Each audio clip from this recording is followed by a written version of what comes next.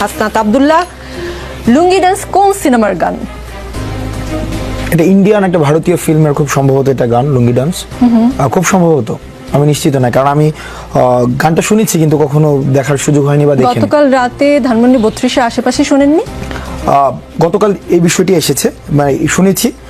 দেখুন, বঙ্গবন্ধু একটি মীমাংসিত সত্য এবং মীমাংসিত বিষয় না, আমি ইতিহাসে। জাস্ট আমি প্রশ্নটা ছিল শুনেছেন শুনেননি? হ্যাঁ, আমি শুনেছি, আমার হলেও শুনেছি এবং ঢাকা বিশ্ববিদ্যালয়ে আমি শুনেছি এবং সেটিকে ডিজোন করার কোনো সুযোগ নেই। না, আমার প্রশ্ন শুধু অতটুকুই ছিল, শুনেছেন অথবা শুনেননি? জি, আমি একটু বলছি। লুঙ্গি ডান্স হচ্ছে চেন্নাই এক্সপ্রেসের সিনেমার গান।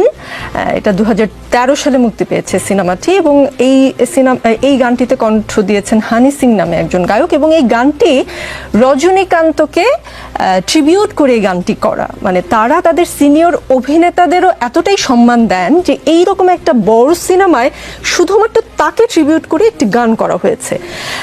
এখন আপনাকে প্রশ্ন করতে চাই, গতকাল রাতে ধানমন্ডিতে যারা লুঙ্গি ডান্স করেছেন তারা কারা? আমি এখানে তৃতীয় কোনো পক্ষ এমন কেউ করেছে, আমরা করিনি, ষড়যন্ত্রের গন্ধ, গত 15 বছর এগুলো আমি শুনেছি। হাসনাত আব্দুল্লাহ, বেশ শুনেছি। রাত 1টা-2টা থেকে এই গান শুরু হয়।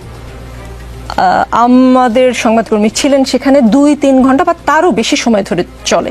এতক্ষণ পর্যন্ত আপনাদের কানে খবরটি যায়নি এবং আপনারা এসে সেটা থামানোর চেষ্টা করেননি। এইটা কি আসলে আমাকে বিশ্বাস করতে বলেন? দেখুন, আমি বিশ্বাস করতে অবশ্যই বলছি না, আমি প্রথমে অ্যাকনোলেজ করে নিয়েছি এটি ফল্ট। এখন বিগত আপনি যে বললেন যে টেগিং এবং ব্লেমিং এর যে বিষয়টি, বা আমরা যে পিলো পাসিং হয়, অপরাধের যে পিলো পাসিং এর যে সংস্কৃতি গত 16 বছর ধরে ছিল, এই পিলো পাসিং এর সংস্কৃতির জায়গায় কিন্তু আমাদের একটি পরিবর্তন আসছে।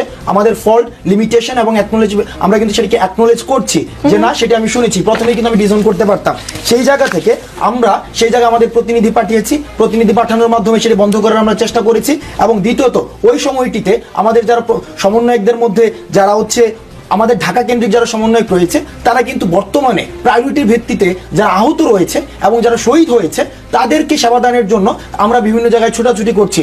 এখনো পর্যন্ত আমরা দেখেছি স্বাস্থ্য মন্ত্রণালয় থেকে কোনো